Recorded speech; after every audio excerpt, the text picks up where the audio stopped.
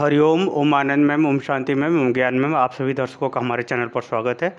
आज हम लोग बीएड थर्ड सेमेस्टर के अंतर्गत लिंग की पहचान और जन संचार के विषय में अध्ययन करेंगे। लिंग पहचान एवं जनसंचार। पहले हम लोग इसका शाब्दिक अर्थ देखते हैं। ये नया चैप्टर है। इस नया चैप्टर के अंतर्गत हम लोग पहले देखेंगे लिंग पहचान। लिंग पहचान यानी जो स्त्री पुरुष, स्त्रीलिंग, पुल्लिंग और नपुंसक लिंग जो होते हैं, इसका हम लोग पहचान कैसे कहते हैं, इसको जानते कैसे। अगर इसको जानने का अगर हम लोग सामान्यतः ढंग देखें तो जैसे प्राकृतिक आधार पर यानी ईश्वरीय बनावट के आधार पर अगर हम देखें तो इसके आधार पर, रंग रूप जो भी है इसके आधार पर देखते हैं। उसी तरह से लिंग की पहचान कर्म के भी आधार पर, कठोर काम पुरुष करता है, मुलायम काम महिलाएं करती हैं। इस प्रकार से अगर देखें तो वेशभूषा, खान पान, रहन सहन, बोली भाषा, चाल ढाल इत्यादि अनेक प्रकार के जो है व्यवसाय इत्यादि जो है अनेक प्रकार के जो है उदाहरण मिल जाते हैं, जिसके आधार पर हम स्त्री पुरुष का पहचान करते हैं। उसी तरह से अगर हम जनसंचार की बात करें तो जनसंचार का तात्पर्य है कि जनता में या लोगों में किस आधार पर, किस माध्यम से बात विचार व्यवहार का जो है लेन देन या सूचनाओं का आदान प्रदान होता है, उससे हम क्या कहते हैं, जनसंचार कहते हैं। जनसंचार के अंतर्गत जैसे आप समाचार पत्र है, टेलीविज़न है, यूट्यूब चैनल है, मोबाइल है, फेसबुक है, व्हाट्सएप है, लोगों द्वारा बातों को एक दूसरे से कहना, जनसभा है, शिक्षा है, इस प्रकार से महामारी है, बीमारी है, ये सब क्या है, विभिन्न प्रकार की जो गतिविधियां हैं एक दूसरे के पास एक दूसरे के बारे में या विभिन्न स्वरूपों में जानकारियां एक स्थान से दूसरे स्थान तक जो जाती है उसे जनसंचार कहते हैं। जैसे रेडियो है, टीवी है इत्यादि बहुत सारे उदाहरण हैं, नेट है। इस प्रकार से जो है जनसंचार का मतलब ही होता है जनता में या लोगों के बीच में जानबूझ करके सूचना को प्रेषित करना, जानबूझ करके सूचना को पहुंचाना, उसे हम क्या कहते हैं, जनसंचार कहते हैं। ये अनेक उदाहरण मैंने आपको दिया। इस चैप्टर के अंतर्गत हमको देखना क्या है, ये महत्वपूर्ण। पहले हम लोग इस चैप्टर बनाया क्यों गया इसको हम लोग देखते हैं।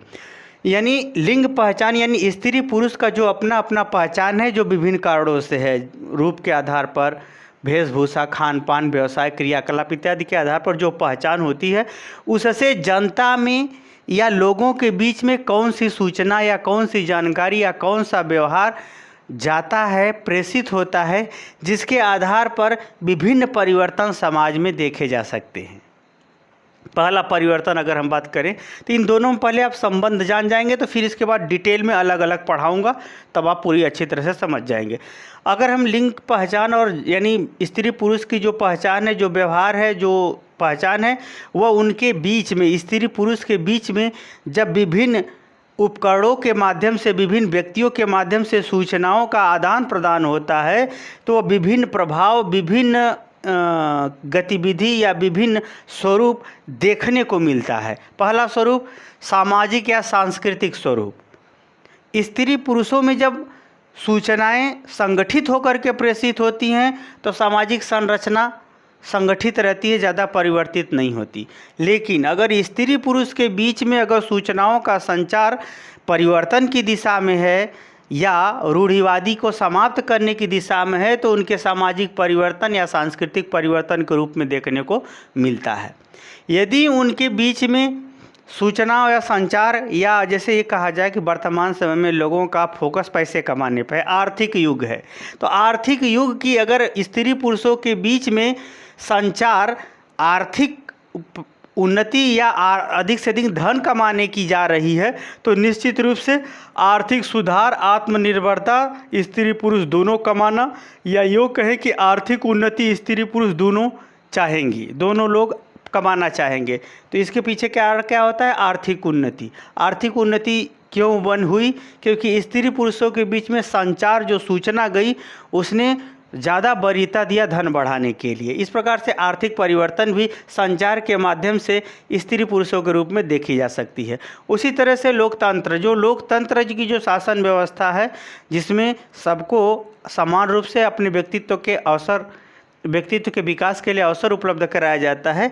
तो ऐसी अगर लोकतंत्र से संबंधित अगर सूचनाएं स्त्री पुरुष के बीच में जाती है तो निश्चित रूप से नागरिकता के आधार पर अपने मौलिक अधिकारों की रक्षा करते हुए व्यक्तित्व के विकास के लिए संघर्ष या व्यक्तित्व के विकास के लिए अवसर की मांग सरकार से होने लगती है। इस प्रकार से लोकतांत्रिक दृष्टिकोण में व्यक्तिगत रूप से व्यक्तित्व का विकास का अवसर उपलब्ध कराने के लिए सरकार को भी वह स्थिति उत्पन्न करते हुए शासन व्यवस्था में परिवर्तन लाते हुए जनता के विकास के लिए तैयार रहना होता है या जनता के विकास के लिए अवसर उपलब्ध कराना होता है। तो इस प्रकार से जो स्वस्थ लोकतंत्र का जो निर्माण होता है, जब संचार के माध्यम से स्त्री पुरुष के बीच में वो बात जाती है, तब वह उसके विषय में विचार विमर्श करते हुए स्वस्थ लोकतंत्र का निर्माण करते हैं या स्वस्थ लोकतंत्र के निर्माण में सहयोग प्रदान करते हैं।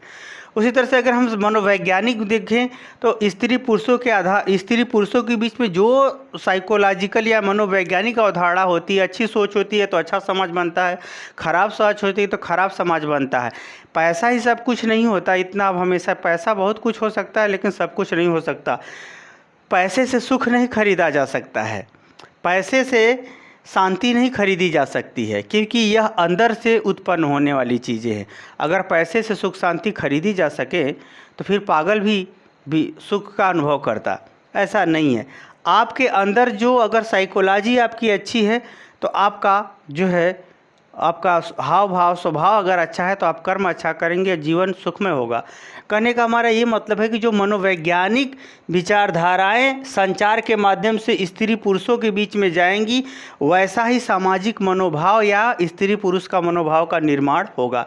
उसी तरह से हम शैक्षिक बात करें तो स्त्री पुरुषों में जो है शिक्षा के संदर्भ में जैसी सूचना जाएगी, शिक्षा के संदर्भ में पढ़ाने लिखाने योग्यता संबंधी अच्छी अच्छी बातें जाएंगी तो शिक्षा के प्रति प्रोत्साहन बढ़ेगा। स्त्री पुरुष का जो पहचान है वह उसमें उत्तरोत्तर सुधार होते हुए अच्छे व्यक्तित्व के रूप में परिलक्षित होने लगेगा। अगर हम प्रशासनिक वातावरण की बात करें तो प्रशासनिक दृष्टिकोण में अगर देखा जाए तो प्रशासनिक दृष्टिकोण के संदर्भ में यानी शासन प्रशासन नौकरशाहों की अगर हम बात करें तो प्रशासनिक दृष्टिकोण में यदि हमारा संचार यानी हमारी सूचनाएं स्त्री पुरुषों के बीच में सही जाती हैं तब हमारे स्त्री पुरुष का जो है इसमें सहभागिता या इसमें जो है रुचि लेना या इसके प्रति स्वयं दायित्व को उठाने की भावनाओं का ज़्यादा विकास होगा। उसी तरह से अगर हम प्राकृतिक दृष्टिकोण की बात करें तो अगर संचार के माध्यम से अगर जैसे चाइनीज़ जो लोग भोजन करते हो वो एक प्रकार से वह प्रकृति के रूप में स्वीकार किया, यानी आपको चाइनीज़ के संदर्भ में सूचना मिली, आपने चाइनीज़ भोजन करना शुरू किया स्त्री पुरुषों ने, तो प्राकृतिक प्रभाव किस पर पड़ा? भोजन पर पड़ा। यदि सूचनाओं के माध्यम से यदि हम अपने लाइफ स्टाइल में अपने खान पान रहन सहन में या कोई व्यवहार में परिवर्तन लाते हैं तो वह स्त्री पुरुषों के आधार पर प्राकृतिक रूप में भी देखने को मिलता है। यानी हम ये कहें कि यह लिंग की पहचान और जनसंचार उनके प्रत्येक गतिविधि को क्या करती है? प्रभावित करती है।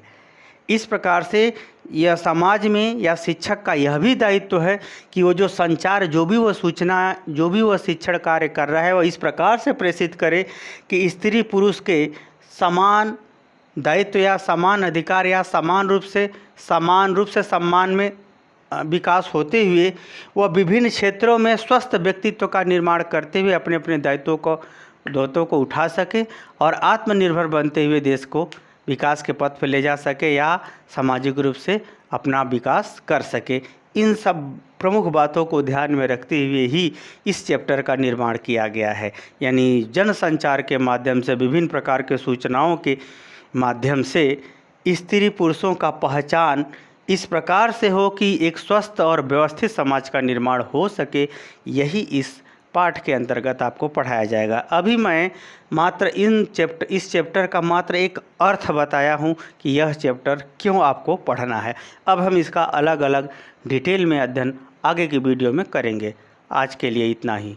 पसंद आया हो तो लाइक शेयर सब्सक्राइब कीजिए। आज के लिए इतना ही। हरिओम।